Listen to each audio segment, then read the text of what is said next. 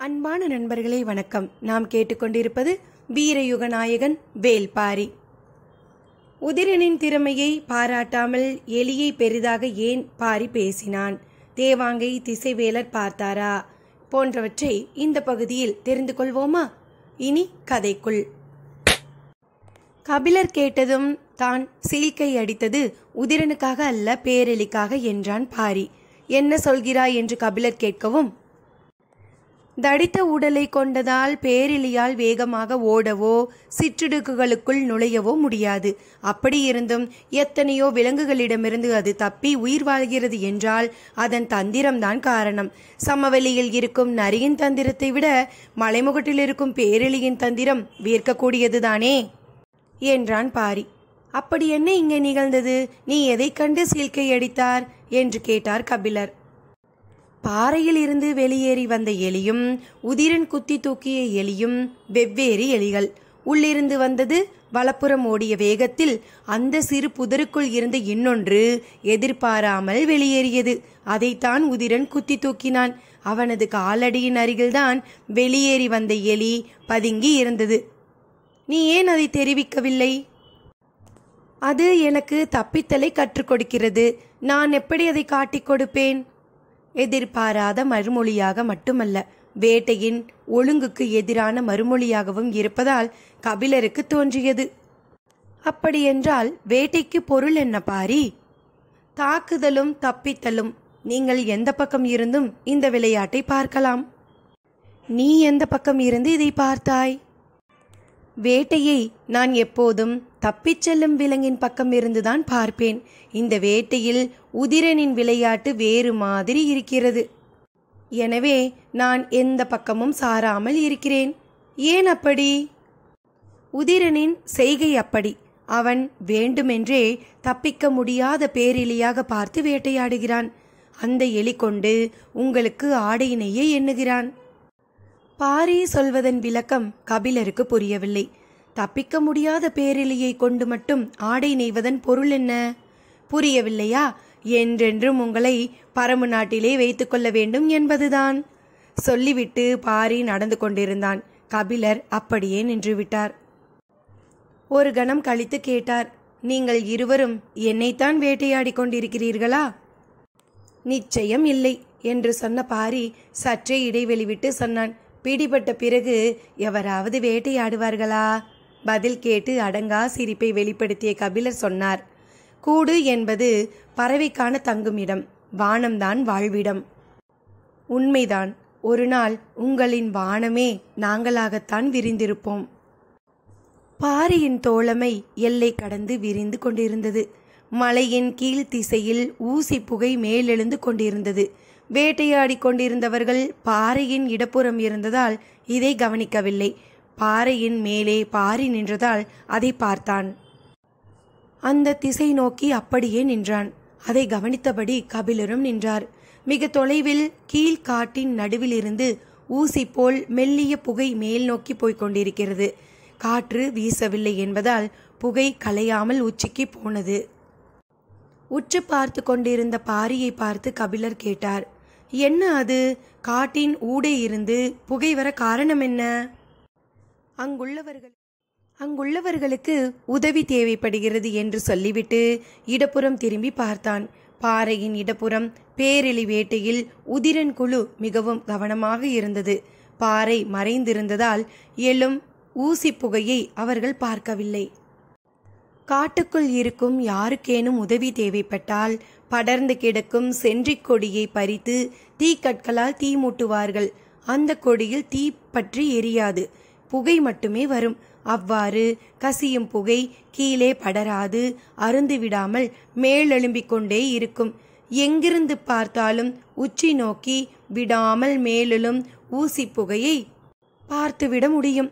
உடனே அவருக்கு உதவி செய்ய மக்கள் போய்விடுவார்கள் என்றான் பாரி.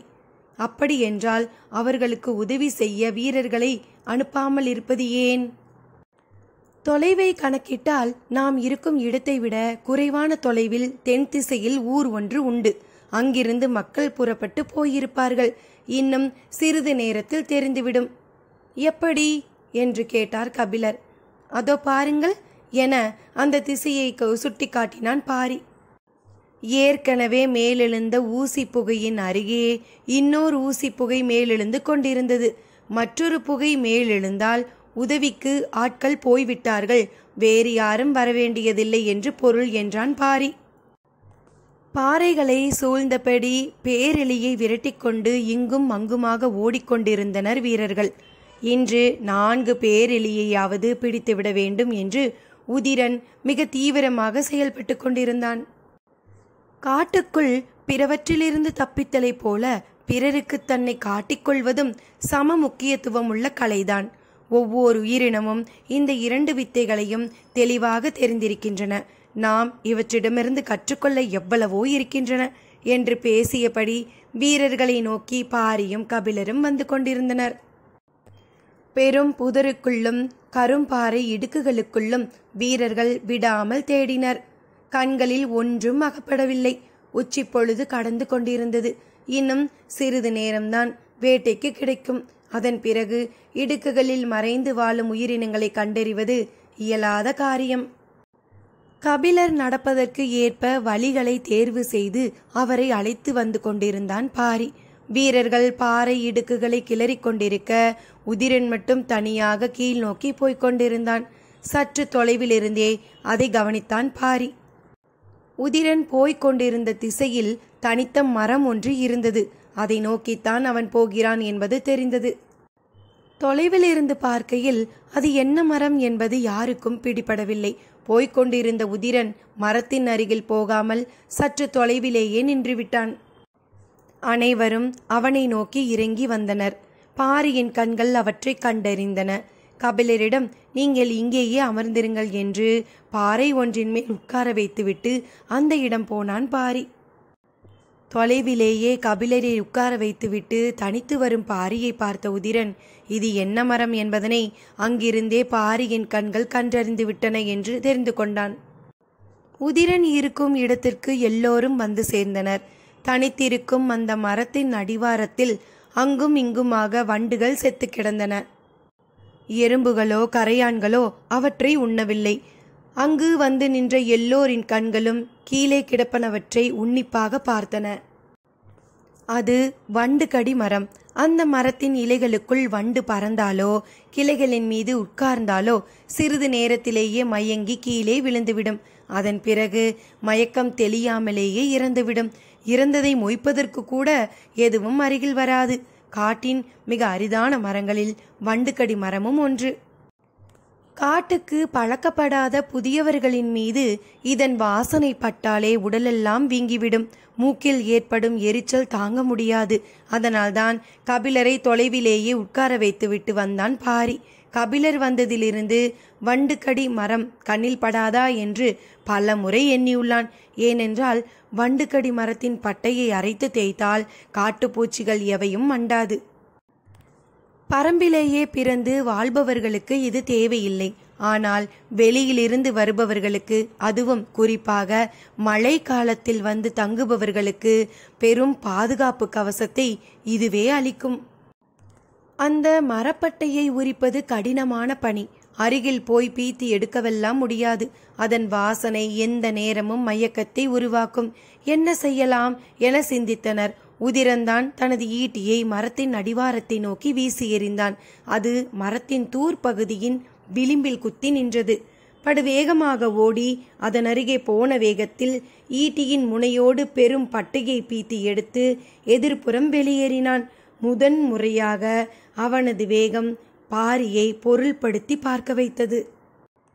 அன்றைய வேட்டையை அத்துடன் முடித்து புறப்பட்டனர்.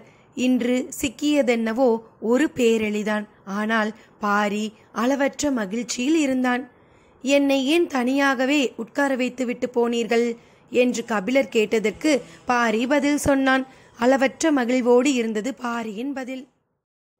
பரம்பில் நீங்கள் இருக்கும் ஒவ்வொரு பொழுதும் என் மனம் பதற்றத்தில்தான் இருந்தது. அதுவும் கார்காலம் தொடங்கிய பிறகு என் பதற்றம் அளவற்றதாகிவிட்டது. எண்ணற்ற பூச்சிகள் உயிரினங்கள் வாழும் இந்த காட்டில் கண்ணுக்கு தெரியாத சிறு பூச்சி கூட பெரும் நஞ்சை உள் செலுத்திவிடும்.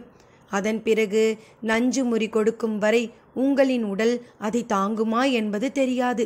எனவே என் பதற்றம் அதிகமாகிக் கொண்டேதான் இருந்தது. வண்டு கடி மரப்பட்டையை அரைத்து உடலெங்கும் தேய்த்து விட்டால் பிறகு எந்த ஒரு பூச்சியும் உங்களை அண்டாது.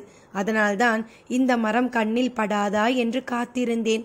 உதிரன் கண்டறிந்து விட்டான் என சொல்லி மகிழ்வோடு கபிலரை அழைத்து வந்தான் பாரி.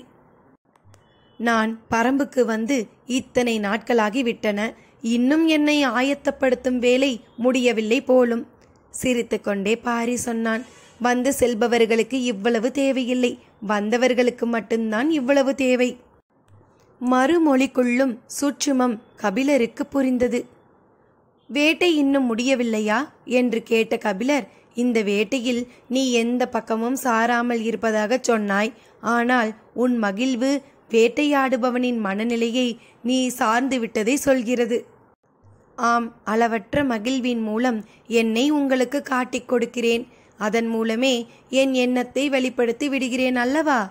பாரியின் ஒவ்வொரு சொல்லும் செயலும் கபிலரின் மீதான பேரன்பை கொட்டி தீர்த்தன. இருவரும் சிறிது நேரம் பேசிக்கொள்ளவில்லை. ஆனால் ஆழ்மன உரையாடல் நின்ற பாடில்லை. மனதை இந்த எண்ணங்களிலிருந்து வேறொன்றுக்கு அழைத்துச் செல்ல வேண்டும் என்று கபிலருக்கு தோன்றியது. அமைதியை கலைத்து பாரியிடம் கேட்டார். அன்றொரு நாள் உன் முற்பாட்டன் ஒருவன் திரையர் பெண்ணை மணந்தான் என்று கூறினாய். அதை பற்றி பின்னர் பேசுவோம் என்றாயே. யார் அந்த திரையர்கள்? கபிலரின் கேள்வி பாரிக்கு வியப்பை ஏற்படுத்தியது. நீங்கள் திரையர்களை அறிந்ததில்லையா? இல்லையே. அவர்கள் குலம்தானே வெற்றிலையை முதலாக கண்டறிந்தது. இந்த மலைத்தொடரின் மாவீரர்கள் என்றால் அது அவர்கள்தானே. வெண்ணிற தட்டையும் பொன்னிற தட்டையும் மாற்றிக்கொண்ட குலசேகர பாண்டியனும் சூழ்கடல் முதுவனும் மாற்றப்பட்ட தட்டுகளில் இருந்த வெற்றிலையை எடுத்து மெல்லத் தொடங்கினர். வெற்றிலையை மென்ற இருவர் நாவிலும் அதன் சாறு ஊறி பரவியது. வெற்றிலையை கண்டறிந்த மாவீரர்களான திரையர்களின் கதை பாரியின் நாவெங்கும் பொங்கி வெளிவந்தது. முதலாம் பாகம் முற்றிற்று. அத்தியாயம் 27. 8 முதல் 15 வயதுடைய பரம்பின் ஆண் மக்கள் அனைவரும் காடறிய புறப்படுகின்றனர். 3 முதல் 4 ஆண்டுகள் வரை நீடிக்கும் பயணம் அது. பயணத்தில் வழிகாட்டி அழைத்துச் செல்பவனே தேக்கன். தேக்கன் என்பது பெயர் அன்று, காடு அறிந்த ஆசானை அழைக்கும் பட்டம். அவனை நம்பியே பிள்ளைகள் அனுப்பப்படுகின்றனர். சாமப்பூ 5 ஆண்டுகளுக்கு ஒரு முறை பூப்பது. ஒவ்வொரு முறை அது பூக்கும் போதும் 8 வயதை கடந்து அனைத்து ஆண் பிள்ளைகளையும் அழைத்து கொண்டு காட்டுக்குள் நுழைவான் தேக்கன். பயிற்சி முடிந்து திரும்பிய பின் அடுத்த முறை சாமப்பூ பூக்கும் வரை தேக்கன் ஊரில் இருப்பான். மறுமுறை பூ பூத்த பின் மீண்டும் புறப்படுவான். பரம்பின் ஒவ்வொரு ஆணும் காடு பற்றிய எல்லா விதமான அறிவுரைகளையும் பெற்று காட்டின் சவால்களை எதிர்கொள்ளும் ஆற்றல் உடையவனாக மாறுவதுதான் காடு அறிதல். வெறுங்கையுடன் காட்டுக்குள் நுழையும் சிறுவர்கள் பெரும் வனத்துக்குள் தன்னந்தனியாக முழு வாழ்வையும் வாழ கற்றுக்கொள்கின்றனர். இந்த பயிற்சி எண்ணற்ற ஆபத்துகளை உடையது. சிறுவர்கள் சிலர் இதில் இறக்கின்றனர். சிலருக்கு கை கால்கள் சிதைக்கின்றன. சிலர் காட்டுக்குள் தொலைந்து விடுகின்றனர். அவர்களுள் பலர் வீடு திரும்புவதே இல்லை. ஆண்டுகள் பல கழிந்த பின்னர் சிலர் வீடு திரும்பியுள்ளனர். காடு அறிய அழைத்துச் செல்லப்படும் சிறுவர்கள் கடும் சவால்களை தொடர்ந்து எதிர்கொள்ள நேரும்.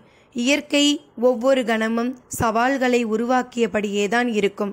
ஆனால் அவையெல்லாம் தேக்கனின் கணக்குக்குள் வராது. ஒவ்வொரு நாளும் தேக்கன் உருவாக்கும் சவால்கள் தனிரகம். அவற்றை மாணவர்கள் எதிர்கொண்டு மீடேற வேண்டும். இவ்வாறு முன்பொரு முறை தேக்கன் அழைத்துச் சென்ற குழுவில் என் முன்னோன் சூழிவேலும் இடம்பெற்றிருந்தான் என்றான் பாரி. அவன் சொல்லும் கதையை மிகவும் கவனத்தோடு கேட்டுக்கொண்டிருந்தார் கபிலர். அது கார்காலம். மழை விடாது கொட்டி தீர்த்தது. தேக்கனும் மாணவர்களும் சிறு குகை ஒன்றில் ஒண்டியபடி இருந்தனர். நாள் முழுவதும் மழை நின்ற பாடில்லை. மாணவர்களுக்கு கடும் பசி. ஆனால் தேக்கன் உணவுக்கான உத்தரவை கொடுக்கவில்லை. அவர் உத்தரவு கொடுத்த பின்தான் நெருப்பை மூட்டி கைவசம் இருக்கும் கிழங்குகளை சுட்டு சாப்பிட வேண்டும். மழையை வெறித்து கொண்டே இருந்தார் தேக்கன். பொறுத்து பார்த்த மாணவர்கள் ஒரு கட்டத்தில் பொறுமை இழந்து வாய் விட்டு கேட்டனர். சரி, சுட்டு சாப்பிடுங்கள் என்றான் தேக்கன். மாணவர்கள் மகிழ்ந்தனர். முந்தைய நாள் காலை உணவுக்கு பின் யாரையும் சிறு பழம் கூட சாப்பிட அனுமதிக்கவில்லை. இப்போது அனுமதி கொடுத்தவுடன் வேலைகளை வேகமாக தொடங்கினர். குகைக்குள் இருந்த இடுக்கில் 2 கட்டைகள் கிடந்தன.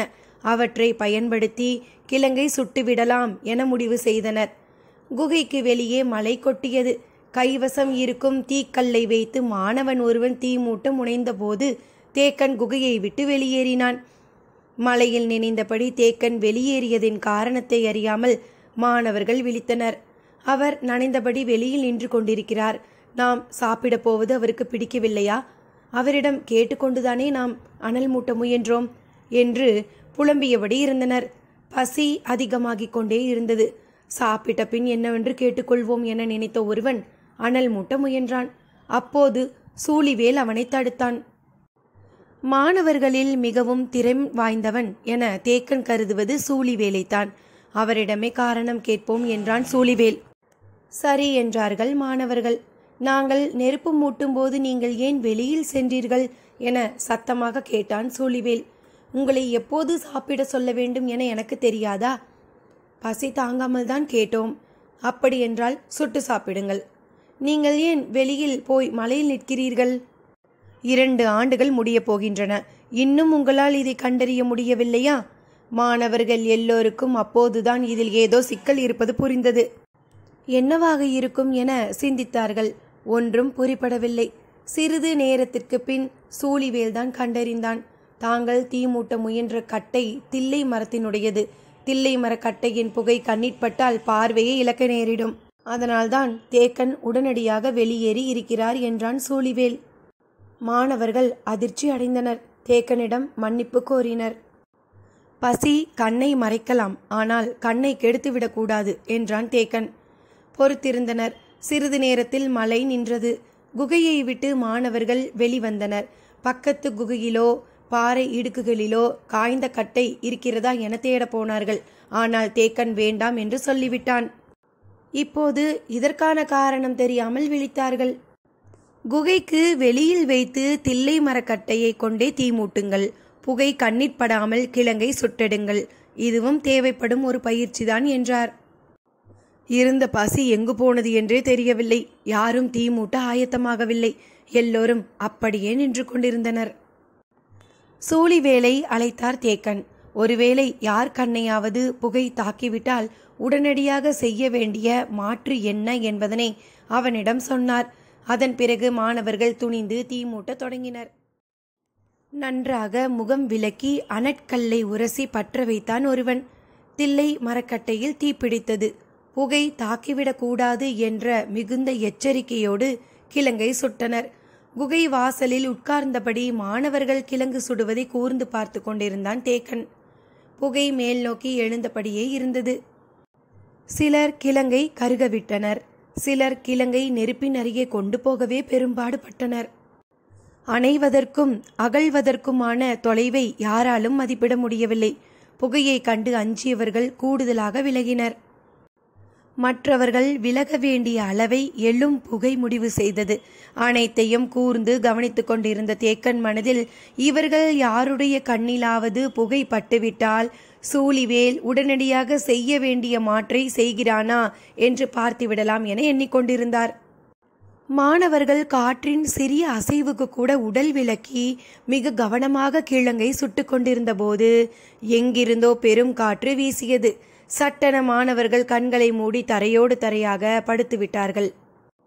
அடித்த காற்று புகையை கொண்டு போய் குகையோடு சேர்த்து தேக்கன் மீது அப்பியது. கண்களை மூடிய கணத்தில் தேக்கன் உணர்ந்து விட்டான் புகை இமைக்குள் சூழ்ந்துவிட்டது என்று. சூழிவேல், உடனடியாக என்னை தூக்கிச் செல் என்றான். தேக்கனை தோளில் தூக்கியபடி மலை சரிவில் இருக்கும் ஆற்றை நோக்கி இறங்கினான் சூழிவேல். மற்றவர்கள் பின்தொடர முடியாதபடி இருந்தது அவனது வேகம். மழை மீண்டும் பெய்ய தொடங்கியது. சரிந்து விழுந்து விடாமல் கவனமாக நடக்க வேண்டும் என்பது எல்லாம் சூழிவேலுக்கு புலப்படவில்லை. அவனது தோள்களின் பலமும் காலடியின் பிடிமானமும் அபாரமானவை. நெடித்துயர்ந்த தேக்கனை தூக்கி கொண்டு விரைந்து இறங்கினான் சூழிவேல்.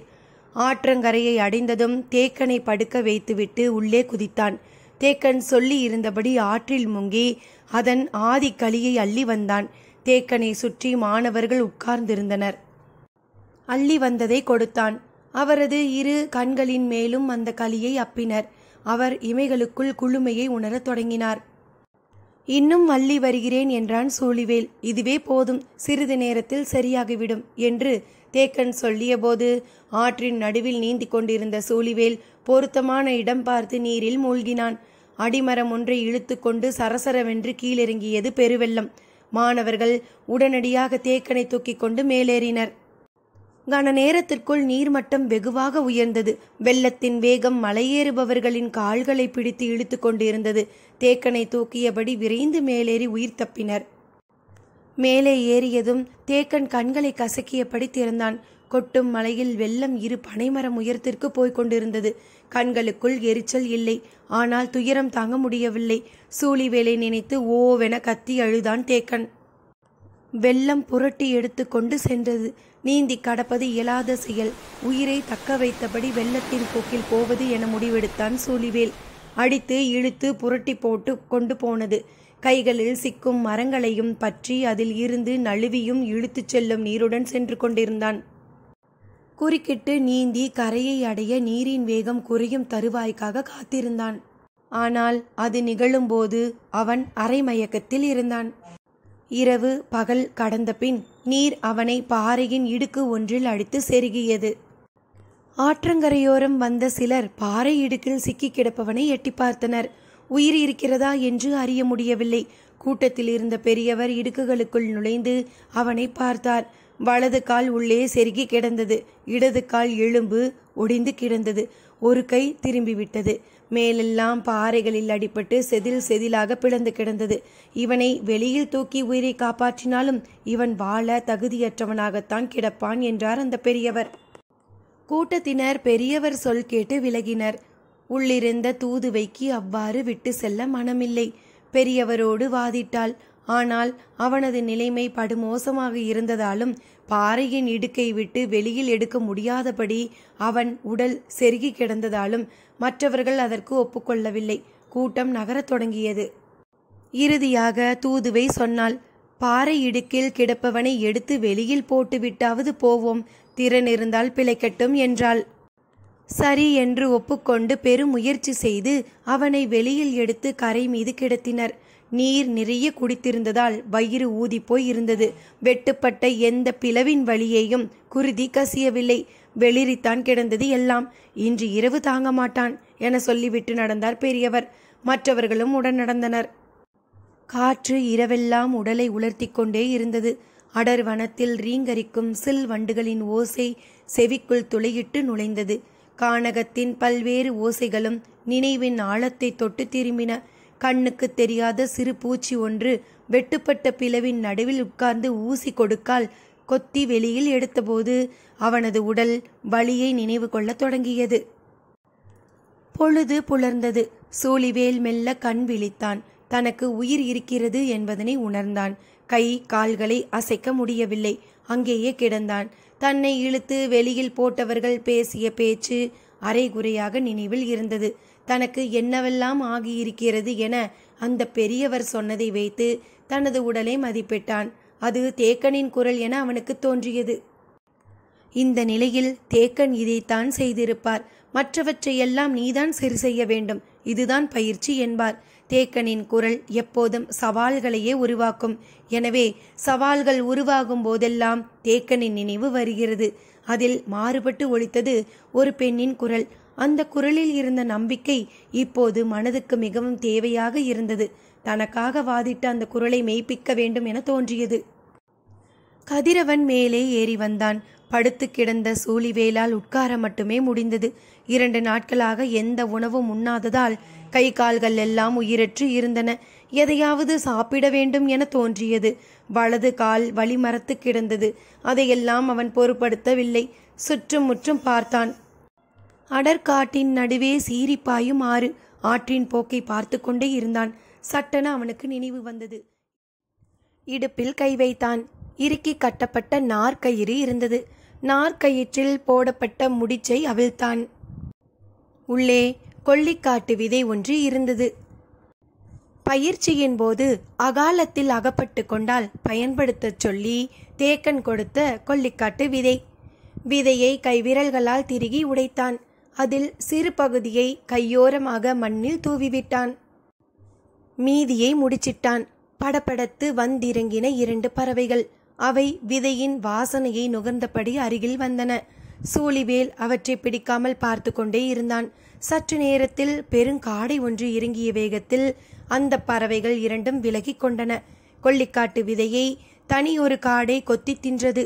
அது தின்று முடிக்கும் போது சூழிவேல் கையை அருகில் கொண்டு போனான். கையோடு அது சாய்ந்து படுத்தது. இரவு எல்லாம் மனம் பொறுக்காமல் தூக்கம் தொலைத்து கிடந்த தூதுவை காலையிலே தன் தோழியை அழைத்து கொண்டு சூழிவேலிடம் வந்துவிட்டாள். அவள் வரும்போது அவன் எழுந்து உட்கார்ந்திருந்தான்.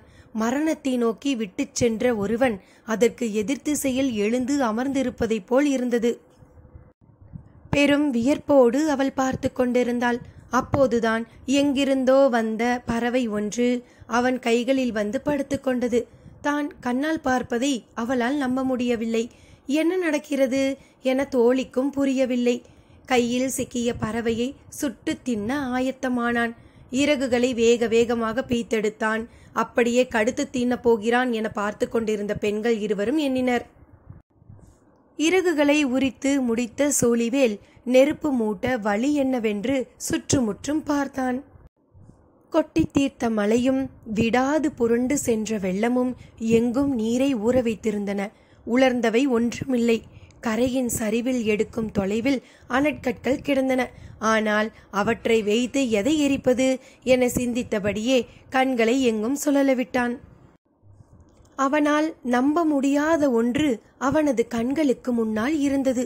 அவன் செருகி கிடந்த பாறையை வெட்டி பால் கொரண்டி செடி ஒன்று தலைத்திருந்தது. அதன் தூர்பகுதி நீரில் மூழ்கியிருந்தது. சூழிவேலுக்கு மகிழ்ச்சி உடலெங்கும் பரவியது. காய்ந்த சருகை விட அதிவேகமாக பற்றி எரியும் பச்சையான பால் கொரண்டி. அது வியர்ப்புக்கு உரிய செடி. செடிகள் எல்லாம் வியக்கத்தக்கவைதான். நமக்குதான் அதை கண்டுணர தெரிய வேண்டும். கால்களை மெல்ல அசைத்தபடி கரையின் மேலிருந்து கீழ் நோக்கி சரிந்தான் சூழிவேல். கரையை தாண்ட மேல் நோக்கி ஏறுவதாக இருந்தால் ஒருவேளை முடியாமல் போயிருக்கும். ஆற்றின் ஓரமாக கீழே இருந்ததால் எளிதாகிவிட்டது. உடலை இழுத்தபடி கீழே வந்து சேர்ந்தான். ஏன் ஆற்றை நோக்கி சரிகிறான் என பதறிய தூதுவையும் தோழியும் சற்றே முன்னால் வந்து எட்டி பார்த்தனர். சூழிவேல் பால் கொரண்டியின் இலைகளை ஒட்டி அனற்கல்லை உரசினான். உடலில் எங்கெங்கோ இருந்து வலி மேலே ஏறிக்கொண்டு வந்தது. 2 கற்களையும் அழுத்தி பிடித்து உரசும் வலிமை இறகு உரிக்கப்பட்ட பறவையே கொடுத்து கொண்டிருந்தது. கல்லுக்குள் இருந்து தெரிக்கும் ஒற்றை தீப்பொறியை உருவாக்க மொத்த உடலும் விசை ஏற்ற வேண்டி இருந்தது. விடாமல் மீண்டும் மீண்டும் முயற்சி செய்தான். உடல் முழுவதையும் தனது விசையோடு இணைத்தான். அருந்த நரம்புகள் எல்லாம் அவனது எண்ணங்களோடு இணைந்தன. தண்ணீரில் இருக்கும் செடியில் போய் அனற்கற்களை ஏன் தட்டி கொண்டிருக்கிறான் என்பது இருவருக்கும் புரியவில்லை. குழம்பி போய் மிகவும் முன்னகர்ந்து வந்து பார்த்தனர். சட்டென தெரித்த தீப்பொறி பால் கொரண்டியில் பட்டவுடன் பற்றி மேலே எழுந்தது. எண்ணெயில் ஊறி திருகி நிற்கும் திரியைப் போல ஒவ்வொரு இலையும் நெருப்பை மேல் நோக்கி ஊதின.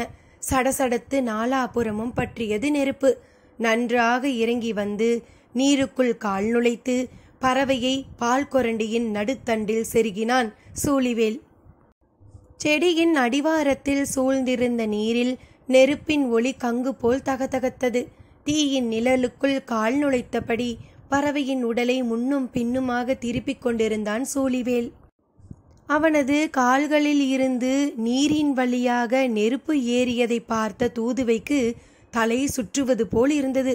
ஆனால் அவளுக்கு முன்னரே கண் செருகினாள் தோழி.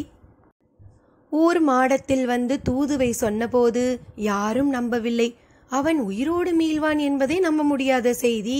நீ என்னென்னவோ சொல்கிறாய் என மறுத்தான் கிழவன். தூதுவையும் தோழியும் சொல்வதை பார்த்தால் பேயோ அணங்கோ வனதாதனாகவோ தான் இருக்க வேண்டும் என முடிவெடுத்து பூசாரியையும் கையோடு அழைத்து கொண்டு புறப்பட்டனர். நட்பகலுக்கு பின் அவர்கள் சூழிவேல் இருக்கும் இடத்திற்கு வந்து சேர்ந்தனர். அவன் கரையேற முடியாமல் அப்படியே நீரில் கால் நனைத்தபடியே உட்கார்ந்திருந்தான். ஆனால் கொளுத்த பறவையை தின்றதால் முகம் தெளிச்சியாக இருந்தது. பெரும் கூட்டம் ஒன்று வந்து நிற்பதை உணர்ந்து பின்னால் திரும்பி பார்த்தான். வந்திருந்தது பெரும் கூட்டம் அன்று, சிறு கூட்டம்தான். ஆனால் ஒவ்வொரு மனிதனும் 3 மனிதர்களுக்கு இணை. விரிந்த மார்பும் திரண்ட சதையுமாக வந்து நின்றனர் அவர்கள். திரண்ட மனிதர்களை விலக்கி முன் வந்த பெரியவர் கேட்டார், எங்களின் கண்முன் உனது மாய வித்தைகளை காட்டு. எனக்கு எந்த மாய வித்தையும் தெரியாது. இல்லை, நீ செய்த வித்தைகளை நாங்கள் கண்கொண்டு பார்த்தோம் என்றது தூதுவையின் குரல். ஒரு கணம் கண்ணை மூடினான் சூழிவேல். நேற்று எனக்கு நம்பிக்கை தந்த அந்த குரல். இந்த குரலை மெய்ப்பிக்கவே நான் போராடி கொண்டிருக்கிறேன். நினைத்தபடியே கண் திறந்தான். தூதுவை வந்து எதிரில் நின்றாள். பார்த்த பின் பேச்சு எதுவும் வரவில்லை. வந்தவர்கள் கேட்டார்கள், கால்கள் நீட்டி நீரின் வழியாக பச்சை இலையை சுட்டு எரித்தாயாமே, உண்மையா? சூழிவேல் மறுமொழி எதுவும் சொல்லாமல் பார்த்து கொண்டிருந்தான். அவர்கள் மீண்டும் கேட்டபோது அனட்கல்லை கொடுக்க கை நீட்டினான். சிறுவன் ஒருவன் போய் அதை வாங்கினான். கரையின் இடப்புற உச்சியில் தனித்து நின்று கொண்டிருந்தது பால் கொரண்டி ஒன்று. அதை போய் தீமூட்டு என்றான். அந்த சிறுவனும் அவ்வாறே போய் தீமூட்ட அடுத்த கணம் பற்றி எரிந்தது பால் கொரண்டி. அந்த செடியின் ஆற்றலை விளக்கி சொல்லிக் கொண்டிருந்தான். பசும் செடி பற்றி எரியும் என்பதனை அவர்கள் நம்பாமல் தான் பார்த்தார்கள். தூதுவையை பார்க்கும் வரை உள்ளுக்குள் நெருப்பின்றி எரியும் தீயை பற்றி யாராவது சொல்லியிருந்தால் சூழிவேலும் கூட தான் நம்பியிருக்க மாட்டான். அது சரி, பறவை எப்படி தானாக வந்து அமர்ந்தது என கேட்டார்கள். இடுப்பில் இருந்த விதையின் சிறு பகுதியை கொடுத்து கரையில் போட சொன்னான். பறவைகள் வந்து தின்றன. தின்று முடித்து பறக்கத் தொடங்குகையில் சிறகை ஈரடி அடித்து மண்ணில் சரிந்தது. பறவை மயங்குமா என கேட்டனர். தன்மயக்கம் மீளாமல் இருந்த அவனுக்கு தன்னையே எடுத்துக்காட்டாக சொல்ல வேண்டும் என தோன்றியது. அவளை பார்த்தபடியே வேண்டாம் என நிறுத்தி கொண்டான். அது என்ன காய், எங்கு விளைகிறது என கேட்டனர். வெளியே சொல்லக்கூடாது என்பது எங்கள் குலநாகினியின் வாக்கு என்றான். பெரும் வியப்புக்கு உரிய ஒருவனாக அவன் இருந்ததை பார்த்தபடி நின்றிருந்தனர். பாறைகளின் இடுக்கில் செருகி கிடந்த எண்ணெய் எப்படி வெளியில் எடுத்தீர்கள் என கேட்டான். இந்த பாறையை நகர்த்தி எடுத்தோம் என்றார் பெரியவர். ஒரு கணம் திரும்பி அந்த பாறையை பார்த்தான். 2 ஆள் உயரம் கொண்ட 2 பெரும் பாறைகள் ஒன்றுடன் ஒன்று உரசியபடி நின்று கொண்டிருந்தன. இவ்வளவு பெரும் பாறையை நகர்த்தினீர்களா? எப்படி முடிந்தது? யார் நீங்கள் என்றான். வந்தவர்கள் சொன்னார்கள், நாங்கள் திரையர்கள். அத்தியாயம் 28. முறிந்த காலிலும் திருகிய கையிலும் கட்டு போடப்பட்ட அவன் ஊர் மந்தையில் படுக்க வைக்கப்பட்டிருந்தான். 2 மாதங்கள் கடந்துவிட்டன. இதுவே பரம்பின் வைத்தியனாக இருந்தால் பாதி நாள் கூட ஆகியிருக்காது. திரையர்கள் உடல் வலிமையில் இணையற்றவர்கள்தான். ஆனால் அறிவு நுட்பத்தில் பரம்பு மக்களுக்கு ஈடு சொல்ல முடியாது என்று தோன்றியது சூழிவேலுக்கு. கட்டுகள் கலற்றப்படும் நாளுக்காக காத்திருந்தான். தூதுவையின் குரல் அவனுக்கு மிகவும் தேவைப்பட்டது.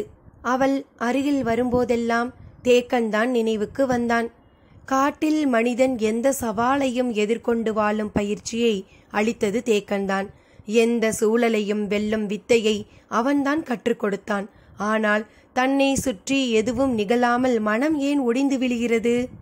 சிதைந்த மனம் கன நேரத்தில் எப்படி துளிரத் தெளிகிறது? இதை பற்றி தேக்கன் எதையும் சொல்லவில்லையே. இயற்கையின் ஆதி ரகசியத்தை செடி கொடிகளிலிருந்துதான் கற்றுக்கொள்ள வேண்டுமா? வழுக்கு பாறையாக பார்வை மாறினால் பற்றி ஏற விழுது ஏது? நினைவு ஏன் கட்டுப்பட மறுக்கிறது? செடி கொடிகளுக்கும் விலங்குகளுக்கும் இப்படித்தான் நிகழுமா? அல்லது மனிதனுக்கு மட்டும்தானா? மனதுக்குள் அடர்ந்து கிடக்கும் காதலின் ரகசியங்களை யார் சொல்லித் தருவது? வினாக்கள் வினாக்களாகவே இருந்தன. திரையர்களின் உடல்வாகு கண்களுக்கு எப்போதும் மிரட்சியை உருவாக்குபவையாகவே இருந்தது. அவர்களின் பல செயல்களை சூழிவேலால் புரிந்து கொள்ள முடியவில்லை. அவனுக்குள் என்ன நடக்கிறது என்பதனையே அவனால் புரிந்து கொள்ள முடியவில்லை. அவன் எப்படி திரையர்களை புரிந்து கொள்வான்? இடையிடையே ஊரின் நினைவு வந்து போய்க் கொண்டிருந்தது. நடுக்காட்டுக்குள் தான் இப்போதும் இருக்கிறோம். ஆனாலும் நம் காடு என்று தோன்றாமல் இருக்கிறது. தேக்கனும் மற்றவர்களும் பயிற்சி முடிந்து எப்போது ஊர் திரும்புவார்கள்? நாம் அதற்குள் முன் திரும்பி விடுவோமா என்று எண்ணிக்கொண்டிருக்கும் போது பெரும் சத்தத்துடன் ஓர் இளைஞனை தோளில் வைத்து தூக்கி வந்தனர். மேலெல்லாம் குருதி சிந்தியபடி இருந்தது. அவன் கைகளில் ஏதோ ஓர் இலையை வைத்திருந்தான். மந்தையில் பெரியவர்கள் உட்கார்ந்தனர். ஊரே கூடியது. உள்ளே என்ன நடக்கிறது என்று சூழிவேலுக்கு தெரியவில்லை. ஆனால் எல்லோர் முகங்களிலும் பெருமகிழ்ச்சி இருந்தது. நல்ல செயல் நடக்கப் பெறுகிறது என நினைத்து கொண்டான். மறுநாள் காலையில் தூதுவை அவனை பார்க்க வந்தபோதுதான் சொன்னாள். அவன் காட்டெருமையை வீழ்த்தி வெற்றிலையை பறித்து வந்தான். அதனால் ஊரே அவனை கொண்டாடியது. எத்தனை பேர் சேர்ந்து வீழ்த்தினார்கள் என கேட்டான். ஒரே ஆள்தான் வீழ்த்தினான் என்று சொன்னாள். ஒரே ஆள் ஒரு காட்டெருமையை எப்படி வீழ்த்த முடியும்? நீ சொல்வது நம்பும்படியாக இல்லையே என்றான். எந்த ஆயுதமும் வைத்து கொள்ளாமல், ஆனால் தனி ஒருவனாக காட்டெருமையை வீழ்த்தி மலைமுகட்டில் இருக்கும் வெற்றிலையை பறித்து மந்தைக்கு வந்து சேரும் வீரனைத்தான் திரையர் குலப்பெண் ஏற்றுக்கொள்வாள். இல்லையென்றால் எந்த பெண்ணும் அவனை ஏற்க மாட்டாள் என்றாள்.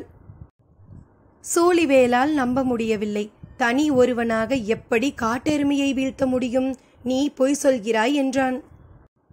இதே மந்தையில்தான் நான் வந்து சொன்னேன். ஒருவன் பச்சை செடியை எரிய வைக்கிறான், பறவையை மயங்க வைக்கிறான் என்று. நம்பும்படியாகவா இருக்கிறது என்று கேட்டார்கள். அதுதானே உண்மை. அதே போல்தான் இதுவும். அப்போது அவர்கள் நம்ப மறுத்தார்கள். இப்போது நீ நம்ப மறுக்கிறாய் என்றாள். சூழிவேலால் இந்த உண்மையை ஏற்றுக்கொள்ள முடியவில்லை. எவ்வளவு வலிமை வாய்ந்தவனாக இருந்தாலும் தனி ஒருவனாக எப்படி காட்டெருமையை அடக்க முடியும் என்று தன்னைத்தானே மீண்டும் மீண்டும் கேட்டுக்கொண்டே இருந்தான். நீண்ட நேரம் கழித்து அவள் மண் வட்டியில் ஊன் சோறு கொண்டு வந்து கொடுத்தாள். மலையரிசி சோற்றுக்கு ஊடே பெரும் பெரும் கரித்துண்டங்கள் கிடந்தன. மிகவும் சுவைத்து சாப்பிட்டான். சோற்றுக்குள் கிடப்பது அவன் வெற்றி கொண்ட காட்டெருமையின் கறி என்றாள். அவள் சொன்ன உண்மை சூழிவேலின் வயிறு வரை வந்து சேர்ந்தது. ஆனால் அவனால் நம்ப முடியவில்லை. காட்டெருமைகளிடமிருந்து விலகிச் செல்லவும் விரட்டினால் தப்பிக்கவும் தானே நமக்கு தெரியும். அதை எப்படி வீழ்த்த முடியும் என்று காட்டெருமையின் கறியை சாப்பிட்டு கொண்டே சிந்தித்தான். சாப்பிட்டு முடித்ததும் அவள் தான் கொண்டு வந்த வெற்றிலையை கொடுத்தாள். காட்டெருமையை சாப்பிட்டால் அதை போலவே நாமும் இலை தலைகளை சாப்பிட வேண்டுமா என கேட்டான். காட்டெருமையின் கறி மிகவும் வலிமை வாய்ந்தது. அது செரிக்க வேண்டுமானால் வெற்றிலையை உண்ண வேண்டும் என்று சொல்லியபடி நீட்டினாள். வெற்றிலையை வாங்கி மெல்லத் தொடங்கினான். அதன் கார சுவை மிகவும் பிடித்து போனது. அவன் மெல்லுவதை நிறுத்தவே இல்லை. கேட்டு வாங்கி சாப்பிட்டு கொண்டே இருந்தான். அவனுக்கு கொடுப்பதில் அவளுக்குள் ஒரு மகிழ்ச்சி. கொஞ்சம் கொஞ்சமாக சிவக்கத் தொடங்கும் அவன் உள்ளுதடுகளை பார்க்கும் ஆர்வத்தில் இருந்தன அவள் கண்கள். அவன் மீண்டும் மீண்டும் கை நீட்டினான். காட்டெருமையை விட அதிகமாகவே தின்றுவிட்டாய், போதும் என்று சிரித்தபடியே சொல்லிவிட்டு போனாள். உடல் நன்கு தேறிவிட்டது. எழுந்து நடக்கவும் ஓடவும் தாவி குதிக்கவுமாக உடலை தயார் செய்தான். உள்ளம்தான் அதற்கு எதிராக செயல்பட்டு கொண்டிருந்தது. தில்லை மரத்தின் புகை இல்லாமலே காதல் கண்ணை கட்டியது. ஒரு மாலை வேளையில் தான் வந்து சேர்ந்த அந்த பாறையை பார்த்தபடி ஆற்றோரம் உட்கார்ந்திருந்தான். தூதுவையும் அந்த இடத்திற்கு வந்தாள். இருவரும் பேசிக்கொள்ளாமல் நீண்ட நேரம் உட்கார்ந்திருந்தனர். அமைதி பெரும் பாறையாக உருத்திரண்டு நின்றது. இப்போது இருவரும் அதன் இடுக்கில் சிக்கி இருந்தனர். பாறையை நகர்த்தி வெளியேற இருவருக்கும் விருப்பமில்லை. எண்ணங்கள் எங்கெங்கோ போயின. அதுவும் சுகமாகத்தான் இருந்தது. பேசிக்கொள்ளாமலேயே அவள் எழுந்தபோதுதான் அவன் கவனித்தான். அவளின் வலது தோள்பட்டையின் மேல்புறத்தில் உள்ளங்கை அளவுக்கு கரும் பச்சை நிற மச்சம் ஒன்று இருந்தது. அதன் ஒரு பகுதியை அவளது மேலாடை மறைத்திருந்தது. அதை பார்த்தபடியே என்ன இது என்று கேட்டான். இதுவா வெற்றிலை மச்சம் என்று சொல்வார்கள். எங்கள் குலத்தில் நிறைய பேருக்கு இது இருக்கும் என்று சொல்லியபடி அவள் புறப்பட்டாள். மனதுக்குள் நிகழ்ந்து கொண்டிருக்கும் உரையாடலை பேச்சு கொடுத்து கலைக்க அவள் விரும்பவில்லை. நாட்கள் சென்றன. அடுத்த இளைஞன் காட்டெருமையை வேட்டையாடுவதை பார்க்க வேண்டும் என்று அவன் காத்திருந்தான். அந்த நாளும் வந்தது. ஊராரோடு சேர்ந்து அவனும் காட்டின் உச்சி பகுதிக்கு சென்றான். எல்லோரும் முகட்டின் மேல் இருந்த பாறையில் ஏறி உட்கார்ந்தனர். இரு மலைகள் சரிந்து இணையும் பகுதி. நடுவில் நீர் சிறுத்து ஓடிக்கொண்டிருந்தது. அதில் தண்ணீர் குடிக்க காட்டெருமை வரும் என்று ஓரைக்கரையில் அந்த இளைஞன் காத்திருந்தான். நீண்ட நேரத்திற்கு பிறகு காட்டெருமை ஒன்று ஓடை நோக்கி வந்து கொண்டிருந்தது. மலை முகட்டிலிருந்து ஊராரோடு சேர்ந்து சூழிவேலும் அதை பார்த்தான். உண்மையிலேயே தனி ஒருவன் காட்டெருமையின் அருகில் போய்க் கொண்டிருக்கிறான் என்பதனை அவன் கண்கள் நம்பவில்லை. போகிறவனின் இடுப்பில் இரு பெரும் ஆயுதங்கள் இருந்தன. அவன் காட்டெருமையை நீர் குடிக்க விடாமல் குறுக்கே போய் மறிக்க முயன்றான். பார்த்து கொண்டிருந்த சூழிவேலுக்கு மெய் சிலிர்த்தது. அந்த காட்டெருமையின் உயரம் மலைமுகட்டிலிருந்து பார்க்கும்போதே அச்சம் தருவதாக இருந்தது. திருகி இருக்கும் அதன் கொம்புகள் பாறையை நொறுக்கக்கூடியன. அதன் முன்னெற்றி எந்த மரத்தையும் முட்டி சாய்க்கும் வலு கொண்டது. அதை ஒருவன் தன்னந்தனியாக சந்திக்கப் போகிறான். சூழிவேலால் நிற்க முடியவில்லை. அதன் பாதையில் குறுக்கிட்ட அந்த இளைஞன் ஏதோ ஒன்று செய்து அதை சீண்டினான். அது அவனை விரட்ட பாய தொடங்கியது. நீரோடையை தாண்டி மலையின் எதிர்ப்புறம் ஓடத் தொடங்கினான். அது 4 கால் பாய்ச்சலில் வீறு கொண்டது. அவன் மலைப்புதருக்குள் படுவேகமாக மேலேறினான். காட்டெருமையின் ஓட்டத்தை விட அவனுடைய ஓட்டம் வேகமாக இருந்தது. அது காட்டெருமையை மேலும் வேகப்படுத்தியது. சூழிவேலால் பார்க்கும் காட்சியை நம்ப முடியவில்லை. ஒருவன் காட்டெருமையை விட வேகமாக ஓடுகிறான். அதுவும் மலை சரிவில் மேல் நோக்கி ஓடுகிறான். அதுவும் பாதை இல்லாமல் புதருக்குள் பீத்து கொண்டு ஓடுகிறான். எப்படி இது முடிகிறது? நம்பவே முடியவில்லையே. பல முறை பார்த்து பழக்கப்பட்ட ஒன்றை திரையர்கள் இயல்பாக பார்த்து கொண்டிருந்தனர். சூழிவேலால் ஒரு கணம் கூட தாங்க முடியவில்லை. திரையர்களின் உடல் பலத்தையும் வேகத்தையும் வந்த நாள் முதல் பார்த்து கொண்டேதான் இருக்கிறான். ஆனால் மலையில் விலங்கை போல செடி கொடிகளுக்கு இடையில் அறுத்தெறிந்து எப்படி ஓட முடிகிறது? அவன் அருகில் இருக்கும் திரையர்களின் உடல் அமைப்பை உன்னிப்பாக கவனிக்கத் தொடங்கினான். அவர்களது காலடி ஒரு சுலுகு போல விரிந்து இருந்தது. சூழிவேலின் காலடியை விட 2 மடங்கு அகலமாக இருந்தது. வேகமாக மேலே ஏறி கொண்டிருந்தவன் சட்டென ஓரிடத்தில் வளைவு கொண்டு கீழ் நோக்கி திரும்பி சரசரவென்று ஓடை நோக்கி இறங்கினான். காட்டெருமையின் ஆத்திரம் இன்னும் அதிகமானது. இறங்கத் தொடங்கியதும் அதன் வேகம் கூடுவது போல் இருந்தது. 2 முறை குதித்து பெரும் புதரை தாண்டி அவன் முதுகுக்கு நேராக அதன் தலை இறங்கிக் கொண்டிருந்தது. எந்த கணம் அதை கூட அதிகமாக தொலைவை அவன் தாவி கடந்தான் என்பதை சூழிவேலின் கண்கள் கண்டுணரவில்லை. மிக வேகமாக முன்னால் வந்து ஓடையை தாண்டி எதிர்ப்புற மலையின் மீது ஏறினான். அதன் மூச்சில் அனல் காற்று சீறியது. கொம்புகளில் அடிபட்டு மரக்கிளைகள் முறிந்து கொண்டிருந்தன. அவன் மின்னல் வேகத்தில் ஓடிக்கொண்டிருந்தான். நம்ப முடியாத காட்சிகளை வாழ்க்கை சூழிவேலுக்கு காண்பித்து கொண்டிருந்தது. திரையர்கள் உற்சாக ஒலி எழுப்பியபடி இருந்தனர். அங்கு நிகழ்ந்து கொண்டிருக்கும் வீர விளையாட்டு சூழிவேலின் அறிவுக்கு புலப்படவில்லை. ஓடுபவன் மேலும் கீழுமாக 3 முறை ஓடையை கடந்து ஓடினான். காட்டெருமையும் வெறி கொண்டு ஓடியது. அவனை தாக்கப் போகும் கணமும் தப்பிக்கும் கணமும் மிக மிக அருகில் இருந்தன. ஓடையை நோக்கி வேகமாக இறங்கிக் கொண்டிருந்தபோது ஏதோ ஒரு மரத்தின் கிளையை பிடித்து போக்கு காட்டி ஒரு சுற்று சுற்றினான். அது குதித்து கீழே இறங்கிக் கொண்டிருந்தது. அவன் அதன் பின்புறம் இறங்கிக் கொண்டிருந்தான். புதர் அசைவில் என்ன நிகழ்ந்தது என துல்லியமாக தெரியவில்லை. அவ்வளவு நேரம் உட்கார்ந்து பார்த்து கொண்டிருந்த திரையர்கள் எழுந்து நின்று உற்சாகமாக ஒலி எழுப்பினர். அவன் மீண்டும் முந்திக்கொண்டு ஓடையை கடந்து மேலே ஏறத் தொடங்கினான். வந்த வேகத்தில் அது ஓடையை கடந்து மேலே ஏற முடியாமல் தவித்தது. அதன் ஓட்டம் குறையத் தொடங்கியது. திரையர்களின் கூச்சல் ஒலி பெருகியது. ஒரு கட்டத்தில் காட்டெருமையின் ஓட்டம் முழு முற்றாக நின்றது. இப்போது அவனும் ஓட்டத்தை நிறுத்திவிட்டு இடுப்பில் இருந்த 2 ஆயுதங்களையும் கைகளில் ஏந்தத் தொடங்கினான். ஒரே இடத்தில் நின்றபடி அது அவனை நெருங்க விடாமல் குத்தத் தலைப்பட்டது. அவன் விலகி விலகி சரியான வேலைக்காக காத்திருந்தான். திரையர்களின் கூட்டம் பேரொளியோடு ஓடையை நோக்கி இறங்கத் தொடங்கியது.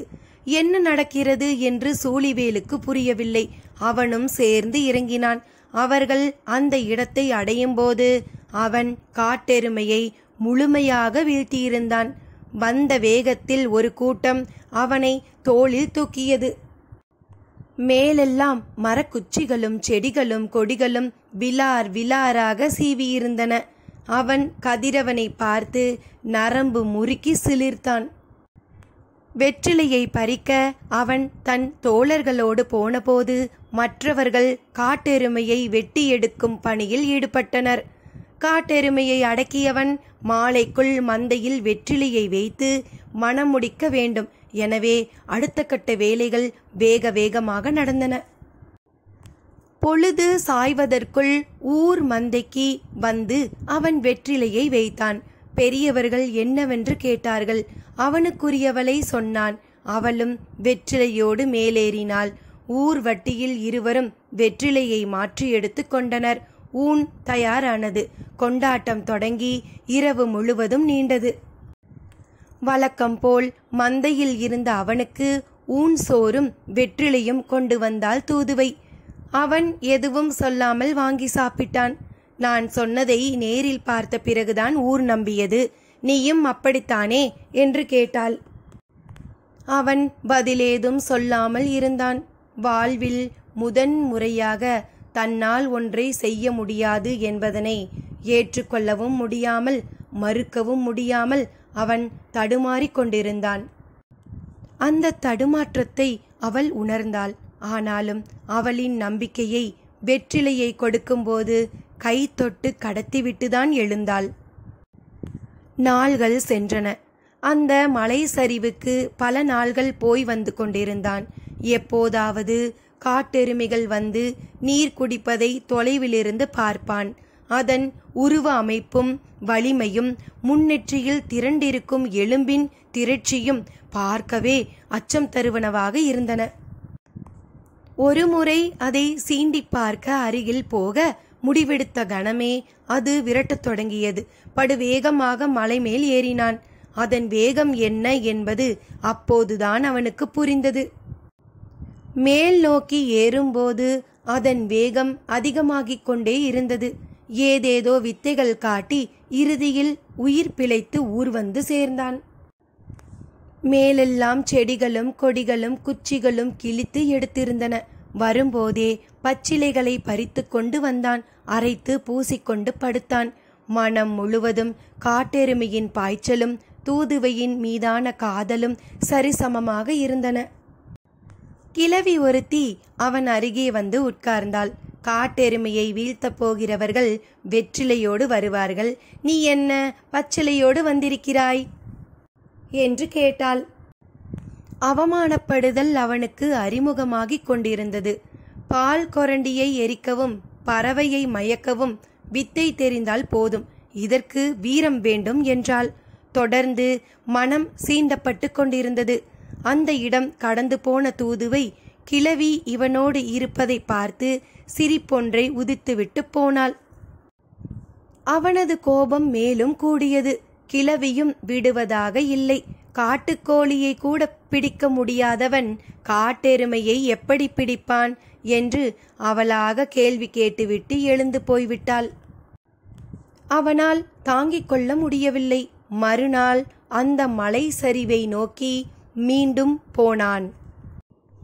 அங்கு போய் என்ன செய்தான்? காட்டெருமையை கொன்றானா, தூதுவையை திருமணம் செய்தானா என்பதனை சிறிது இடைவெளியில் கேட்போமா? நன்றி நண்பர்களே.